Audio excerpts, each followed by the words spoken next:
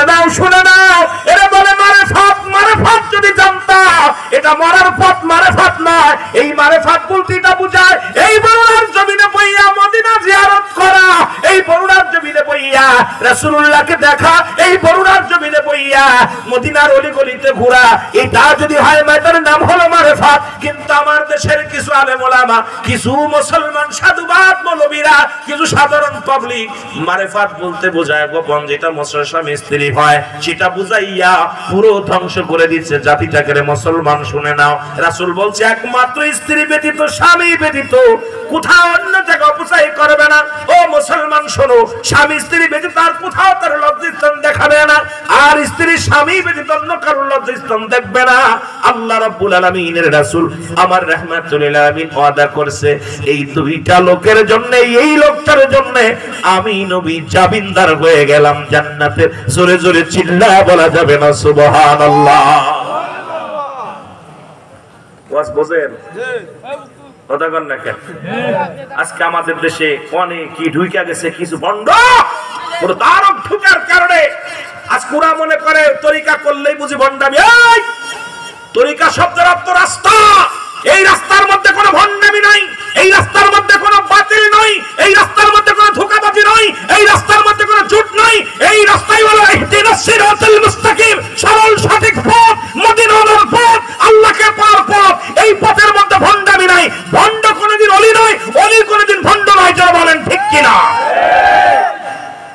কামিল মুকাম্মিলের দরবারে সম্পূর্ণ ব্যতিক্রম।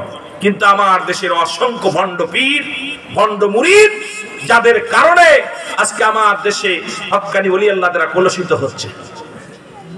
পর্দা নাই, গাঁজা বিড়ি মদ টেনে বেড়ায়, ওর মুরিদের খাসলাতে এরকম কিলিনে 7 দিন যা শেফ হয় বয়া বয়া, কারণ ওর ভিতর চরিত্রই পরিবর্তন হয় নাই। যদি তোমার পীরের কাছে যে চরিত্র পরিবর্তন না হয়, দরকার নাই।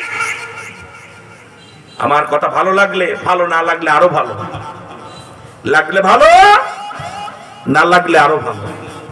তার তরিকাতের নষ্ট করবেন, ওই রাস্তাটার কলুষিত করবেন, আপনাকে অধিকার দেওয়া হয় নাই। রাসূলুল্লাহ সত্য তরিকা, এই তরিকার মধ্যে ঢুকবেন, আপনি মন গড়া চলবেন, ভণ্ডামি করবেন। ভণ্ডদের সঙ্গে কোনো তরিকাতের কোনো সম্পর্ক নাই। ভণ্ড তো ভণ্ডই, আর ভণ্ডদের বিরোধিতা আমরাও করি, আপনারাও করবেন। জোরে বলেন ঠিক কিনা? এগুলো প্রতিহত করতে হবে। এগুলো না বুঝা ভালো জায়গাও ভাঙতেছে আমার ভাইরা, কিন্তু আমরা ভণ্ডদের সাফাই গাই না, ভণ্ডদের বিরোধিতা করি। হারাম হারামি, পায়খানা তো পায়খানায়, এটা শুকনা হোক আর কাঁচা হোক। জোরে বলেন ঠিক কিনা? এটা আমাদের বোঝার দরকার। এই জন্য তরিকাতের ঘিরান পাইতে হলে আমল করতে হবে। আপনি গেলেন আর আইলেন, পিকনিক করলেন, ওইটা করে লাভ নাই। তরিকাতের কাজ করবেন না, দরকার নাই। আমার পীর সোজা কথা বলে দিছে, একবার সোজা কথা, বাবা যারা বেনামাজি তারা আমার মুরিদ না। পৃথিবীতে কোন পীর এইরকম বলছে আমার বিশ্বাস হয় না। কোন পীর এইরকম বলছে আত্মশিরুজরে, আপনারা যারা দরবারে গেছেন সত্য করে বলেন, আমার কিবলাতুল বলছে কি বলে নাই? বলছে বাবা যারা বেনামাজি তারা আমার মুরিদ, যেটা বলে বলছে না? তাহলে আপনি নামাজ ছেড়ে দিয়েছেন, মুরিদ আছেন? কাফের এবং মুসলমানদের মধ্যে পার্থক্য হলো নামাজ। নামাজ পড়েন না কিসের পীর মুরিদি? নামাজ পড়েন না কিসের হাজি? নামাজ পড়েন না কিসের মুসলমান? নামাজের সাথে যাদের সম্পর্ক নাই, তাদের তরিকাতের সাথে কোনো সম্পর্ক থাকতে পারে না। নামাজের যাদের সম্পর্ক নাই, সে ব্যক্তি মুসলমানের সাথে কোনো সম্পর্ক থাকতে পারে না। নামাজের সাথে যাদের সম্পর্ক নাই, ওই আল্লাহর সাথে সম্পর্ক থাকতে পারে না।